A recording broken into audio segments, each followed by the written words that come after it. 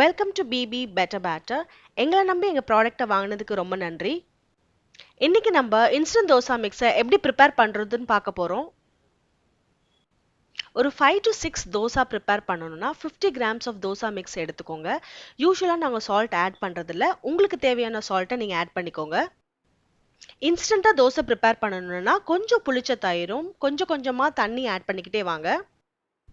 நேச்சுரலாக ஃபர்மெண்ட் ஆகணும்னா தயிர் ஆட் பண்ண வேண்டாம், தண்ணி ஆட் பண்ணிட்டு மூடி வச்சு ஒரு 10 to 12 ஹவர்ஸ் கழிச்சு தோசை சுடுங்க.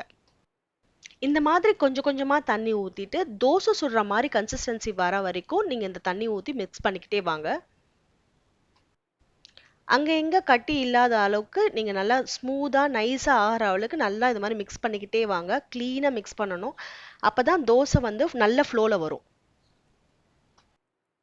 இப்போ பார்த்தீங்கன்னா நான் ஒரு 2-3 மினிட்ஸ் கண்டினியூஸாக மிக்ஸ் பண்ணிக்கிட்டே வரேன், அந்த கட்டிலாம் இல்லாமல். ஸோ ஆட்டோமேட்டிக்காக வந்துட்டு அது தோசை மிக்ஸோட கன்சிஸ்டன்சிக்கு வந்துடும். இந்த கன்சிஸ்டன்சி வர வரைக்கும் கரைச்சிக்கோங்க. இந்த கன்சிஸ்டன்சி வந்துருச்சுனாலே தோசை நல்லா மெலிசாவும் கிறிஸ்பியாகவும் வரும். நம்ம இன்னைக்கு பிளெயின் தோசையாக சுடாமல் அதில் கொஞ்சம் ஆனியன், பச்சை மிளகா, கருவேப்பிலை, சீரகம் ஆட் பண்ணால் கொஞ்சம் டேஸ்டியாக இருக்கும். அதனால இதெல்லாம் நம்ம ஆட் பண்ண போகிறோம். உங்களுக்கு வேணும்னா இன்னும் கொஞ்சம் ஹெல்த்தியாக இருக்கணும்னா கேரட்டு, முட்டைகோஸு, பீட்ரூட்டு, எனி வெஜிடபிள்ஸ் ஆட் பண்ணி நீங்கள் தோசை சொல்லலாம். ஹெல்த்தி அண்ட் டேஸ்டியாக இருக்கும். மில்லட்ஸ் தோசை அப்படின்னாலே குழந்தைங்க பயந்து ஓடுவாங்க. நம்ம மில்லட்ஸோட ட்ரெடிஷ்னல் ரைஸும் ஆட் பண்ணியிருக்கறனால இது எந்த அளவுக்கு ஹெல்த்தியோ அந்த அளவுக்கு டேஸ்டியாகவும் இருக்கும். இந்த வீடியோவில் பார்க்குற மாதிரி நல்லா மிக்ஸ் பண்ணிக்கோங்க. தோசை மாவோட கன்சிஸ்டன்சி ரொம்ப முக்கியம், அதனால் தண்ணி நிறையா கலக்காதீங்க.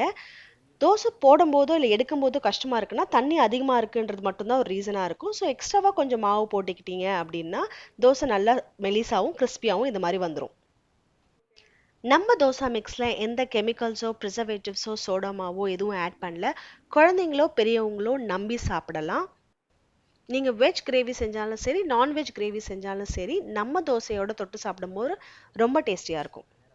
ஆரோக்கியமான உணவை சாப்பிடுங்க, நீண்ட ஆயுளோட வாழுங்க.